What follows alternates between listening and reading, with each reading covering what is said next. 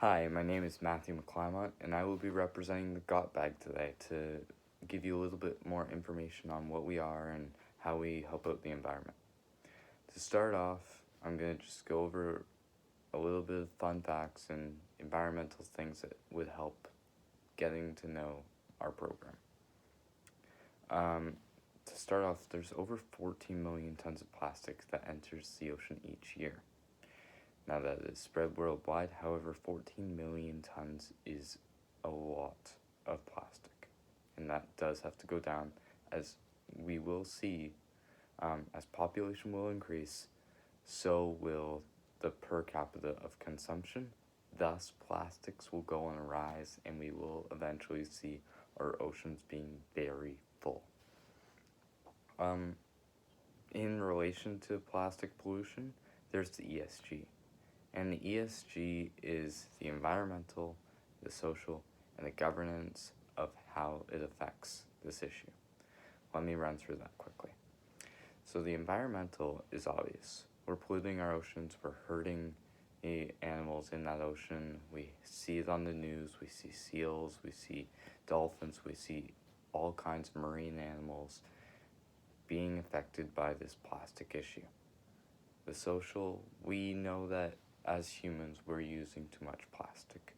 We're using it for foods, we're using it for water bottles, commonly seen. We're using it for clothing sometimes. We can use plastic for anything, which is great, and it can be really beneficial. However, we're not getting rid of the plastic in the right way. And finally, governance. This is a big part because the government does have a way of affecting how things are transitioned, thus plastics transitioning into these oceans. Now, the ESG metrics do have risk on this, and there are ways that we can improve this. The ESG mainly does refer to investors. However, in this case, the investors are the humans. We do live on this planet, and we are investing for our future kids, or for future centuries. We want the Earth to be as healthy as possible. Right now, it is not, and we have to rely on the government and the social and the environmental all to rehabilitate themselves and go on an uprise so that we don't see our oceans being polluted as much. And this is where the go bag comes in. My friend Benny and Roman were swimming one day, and they got the idea in Indonesia to create the got bag.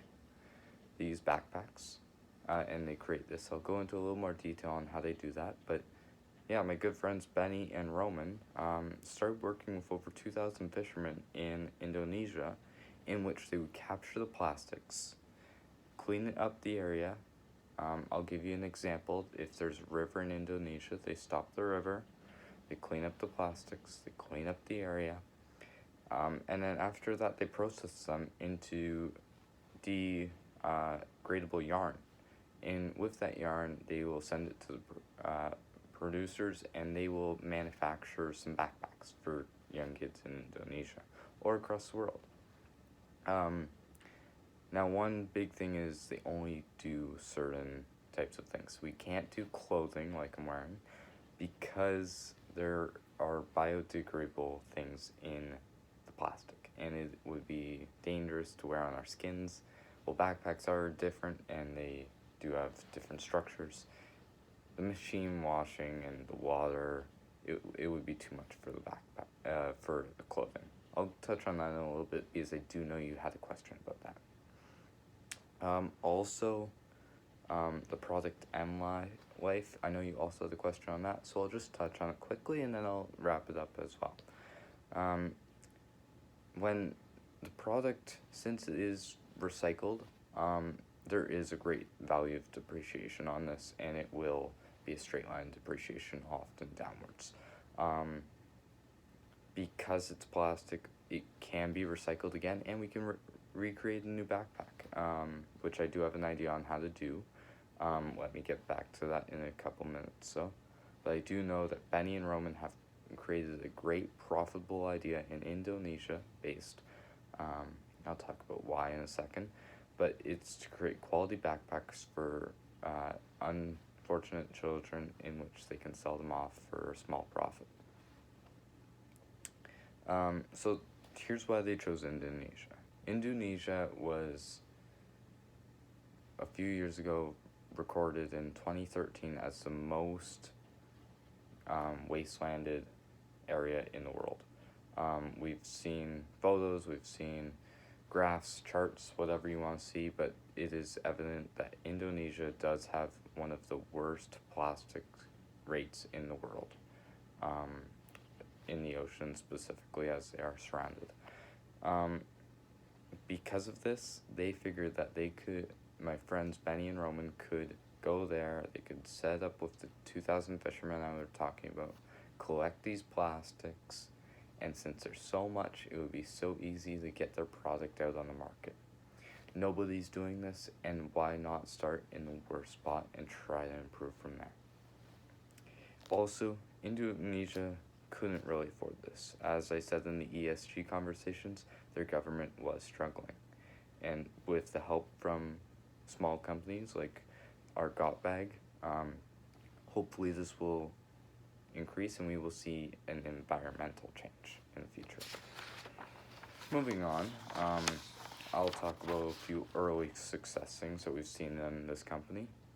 They've already moved to small rivers instead of just the ocean. This way that Roman and Benny can just stop it from even getting into the ocean.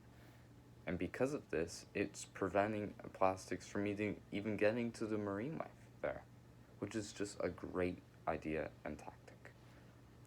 Also, because of their product and they're selling it and it's reusable, they're teaching children how to recycle, reuse, and reduce. The 3 R's. It is great, it is sustainable, and it's waste management. They are doing a fantastic job. Now, the main reason I'm here, I want to talk to you about the JOT bag. And the JOT bag, well, it's obvious. It's the 3 R's, it's supporting the government, it is supporting the environment, and it's such a social great action. They're doing it to help save the environment for future generations, as I did say, and it's just such a good social action. While they are doing this, they are actually making a small living, and this is helping them because with that small income, they can actually grow their business worldwide. I'm going to be talking to them later. However, I have heard great things, and I have heard that with that income, they can create more projects, and they can open their company to more locations. As I just said, they move to rivers instead of just the ocean. They're working on expanding their company. So I know you did have a couple questions, so I'll answer them now. You asked, why might the JOT bag not want to manufacture clothing? Well, as I did say earlier, the JOT bag, well, it does have microplastics, and microplastics are dangerous to our skins, and we don't want that to be a social issue and ruin the company's gratitude. By doing so, we created backpacks. These backpacks can be used for school purposes, for anything, to help children in need at school. And with these backpacks, we can easily see that they are microplastics, and these microplastics will affect the skin. So clothing would be too dangerous, and then also microplastics are not machine washable. That's the main reason why. We could create clothing, however, the depreciation would go 3 uses all the way down to 0 because it would just decompose and the clothing would not work. Finally, your other question was who should be responsible for the product at its end life? Well, that's kind of, in my personal opinion, it's the consumer. They purchased it, they have ownership for it, but I did come up with a quick idea, which I can say. We can offer discounts. If they send it back to the producer, it would be great. They can recycle it and then resend it back just for a small profit, and then it can be donated. That's all for now. If you want to get in touch with me, just let me know.